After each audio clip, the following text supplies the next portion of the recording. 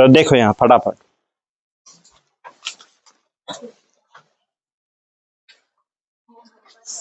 चलो देखो यहाँ चलेंगे, बहुपद के सारे आज फॉर्मूले देख लेंगे जो बचा हुआ है। ठीक है, कल द्विघात बहुपद देख लिया था हमने, अब चलेंगे त्रिघात बहुपद। त्रिघात बहुपद में भी शून्य का और गुणांक में संबंध देखना है। ठीक है, तो ये तुम्हारा इस प्रकार से दिया होगा, जहां पे घात क्या हो, सबसे अधिक पावर क्या होगा, चर में 3, तो चर में पावर अगर 3 हो तो क्या हो जाएगा, सबसे अधिक, तो त्रिघात बन जाएगा। ठीक है, त्रिघात का हम रूप इस प्रकार से लिखते हैं, और इसके शून्यक 3 हो जाएंगे, तो अल्फा हो जाएगा, बीटा हो जाएगा और गामा हो जाएगा। ये 3 निकालना है।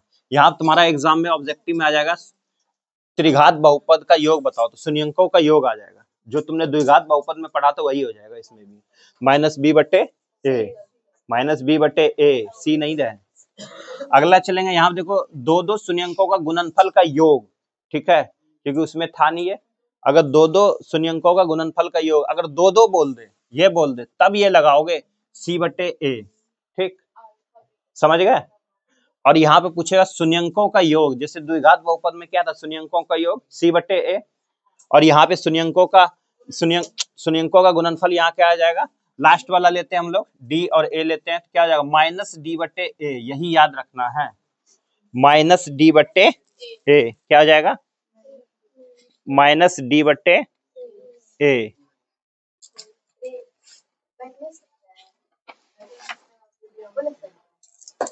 हाँ, माइनस डी बटे ए होगा। ठीक है, क्या हो जाएगा, माइनस डी बटे ए, समझ गए, क्या हो जाएगा, माइनस डी बटे ए, इसको याद कर लेना। गुणनफल इसका हो जाएगा माइनस डी बटे ए, और शून्यंकों का योग हो जाएगा माइनस बी बटे ए। अगर दो दो शून्यंकों का गुणनफल का योग बोलेगा तब सी बटे ए। वैसे तो द्विघात का ही ज्यादा पूछता है। अब चलेंगे दो चर वाले रेखिक समीकरण को सॉल्व करना, और ये तुम्हारा 2 क्वेश्चन आएगा इसमें। तो यहां से चलो देखते हैं। तो यहां से इसका व्यापक रूप पता ही है, बहुपद इस प्रकार से लिखते हैं, a x plus b y plus c, और ये इसमें चर अलग अलग होता है, बहुपद को लिखने के लिए होता है ना, चर अलग अलग होगा, इसमें एक्स और वाई हो जाता है। ठीक है, तो चलो यहाँ पे देख लो पहली शर्तें क्या होती है। अगर दो हमारे बहुपद दिए होंगे उसमें से हमें सॉल्व करना है, एक को मानते हैं a1 और अगले को क्या मानेंगे a2, फिर ये जो होगा इसको b1 मानेंगे, अगले को क्या मानेंगे b2, ये होगा इसको c1 मानेंगे, इसको हो सकता है c2 मानेंगे। ये c की वैल्यू कभी क्या करेगा, इधर दे देगा, है ना, इधर दे देगा, तुम इधर लेकर के आओगे इसको। ठीक है, ये गलती होगा, नहीं तो इसको पहले इधर लेके आओगे, अगर इधर माइनस में दिया होगा तो इधर आकर के प्लस हो जाएगा, अगर ज्यादातर तो प्लस दिया रहता है, हो सकता है दूसरे में प्लस माइनस दे, उसको पहले लेके आओगे, नहीं तो फिर ये गलत निकल जाएगा। ठीक है, इस टाइप का सवाल देखेंगे फिर। तो यदि a1 बटे में a2 not greater than b1 बटे में b2 आ जाए, यानी कि ये इसके बराबर नहीं आ जाए, यानी कि इसकी वैल्यू यहाँ 1/2 आ गया और इसकी वैल्यू 1/3 आ गया, तो दोनों बराबर नहीं हुआ, नहीं हुआ। अगर ये बराबर नहीं है तो केवल सिर्फ एक हल होगा, तो इसके हलों की संख्या क्या होगा, केवल एक हल। ठीक है, केवल एक हल बोल दो, ये अद्वितीय हल होगा। ठीक, ये दोनों प्रक्रिया लिखा होगा, केवल एक हल, ये अद्वितीय हल। अगर इसके पूछेगा आलेख कैसा बनेगा, जब हम इसको आलेख खींचेंगे ग्राफ में, तो कैसा बनेगा, दोनों रेखा प्रतिच्छेदित कर रहा होगा, क्या कर रहा होगा, यानी कि दोनों का जो मान होगा वो प्रतिच्छेदित करेगा कहीं ना कहीं। समझ गए, ये कब होगा, जब ये बराबर नहीं होगा। समझ आया, चलो आगे चल लेते हैं। बी की शर्त क्या है, a1 बटे में a2 और b1 बटे में b2 और c1 बटे में c2, अगर तीनों का मान बराबर आ गया, यानी कि 1/2 यहाँ भी आ गया, इसको भी कटाएंगे उठाएंगे, ये भी 1/2 आ गया, अगला कटाएंगे, ये भी 1/2 आ गया। अगर तीनों बराबर हो गया तो क्या होगा, बहुत हल, कई हल हम निकाल सकते हैं, यानी कि अनेकों हल होंगे। अगर बराबर होगा तो अनेकों हल, अगर बराबर नहीं है तो केवल एक हल। ठीक है, अगर बराबर होगा तो अनेकों हल। तो ये कैसे चलेगा, ये संपाती चलेगा। इसकी रेखा कैसी होगी, इसका आलेख अगर खींचेंगे तो वो संपाती होगा। ठीक है, तीसरी शर्त कहता है a1 बटे में a2 तो आ गया और b1 बटे में b2 आ गया, लेकिन ये c की वैल्यू यहाँ कुछ और दे देगा, यहाँ 1/2 आया, यहाँ 1/2 आया, यहाँ 1/3 आ गया। ये तो बराबर है, लेकिन अगला बराबर नहीं है, b1 बटे में b2 और c1 बटे में c2 बराबर नहीं है, तो यहाँ क्या हो जाएगा, कोई हल नहीं होगा। ठीक है, एक हल कब होगा, जब a1 बटे में a2 और b1 बटे में b2 बराबर नहीं होगा। अगर एक बराबर है और दूसरा बराबर नहीं है तब कोई हल नहीं होगा। इसको रटना एकदम से। और इसकी आलेख कैसी होगी? समांतर हो जाएगा, यानी कि ये दोनों रेखाएं समांतर चलती रहेगी, कहीं नहीं कटने वाली है।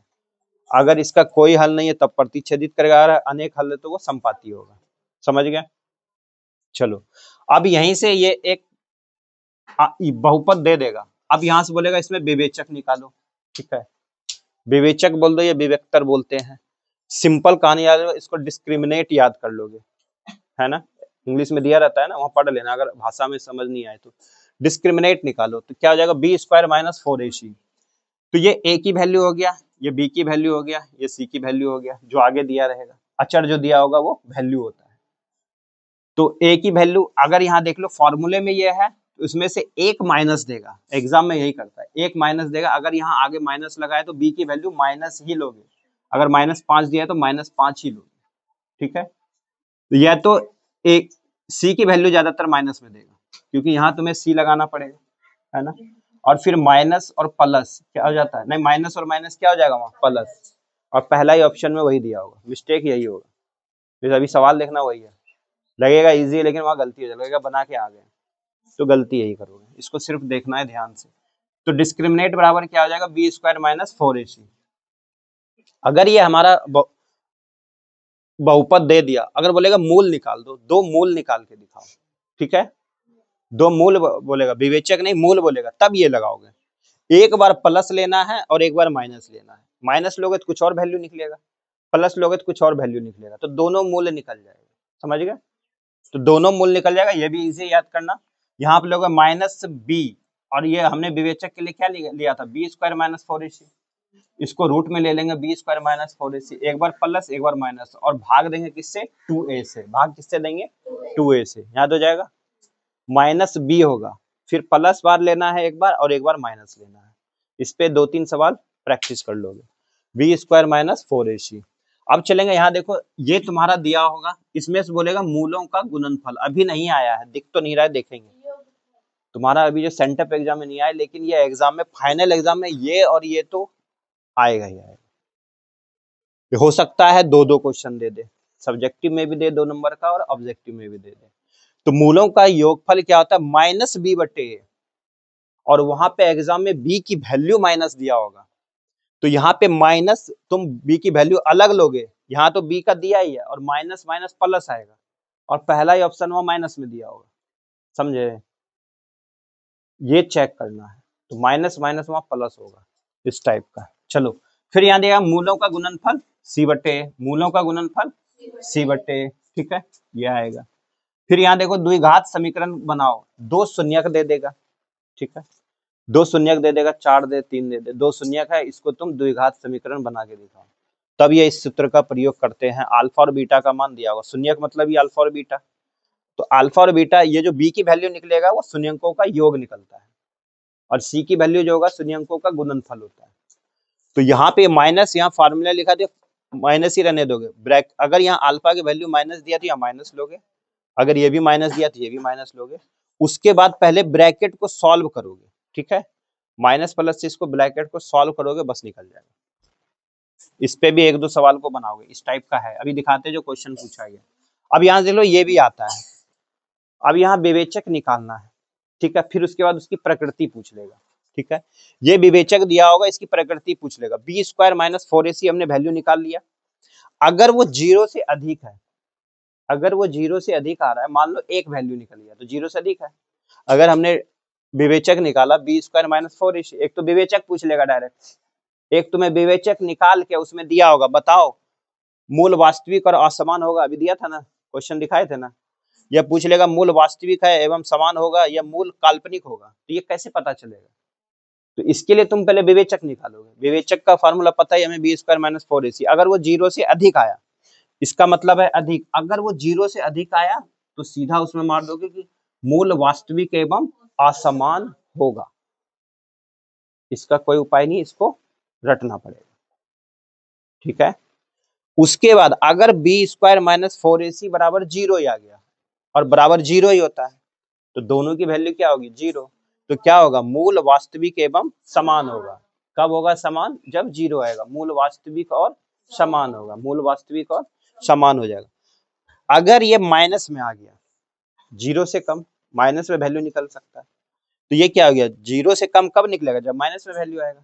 अगर माइनस में वैल्यू आ गया तो मूल काल्पनिक है, हम सिर्फ कल्पना कर सकते हैं, मूल काल्पनिक है। अगर 0 से अधिक आया तो मूल वास्तविक और असमान, अगर बराबर आया तो वास्तविक समान। वास्तविक समान कब होगा, बराबर, समान मतलब बराबर, 0 0 के बराबर तो समान, अगर 0 से अधिक तो असमान, यही ना है। अगर नहीं तो काल्पनिक, ठीक है, अगर नहीं तो काल्पनिक, ऐसे याद करो। माइनस में आएगा तो काल्पनिक, अगर 0 से अधिक आया तो वास्तविक और असमान, अगर बराबर आया तो समान, वास्तविक और समान, ठीक है।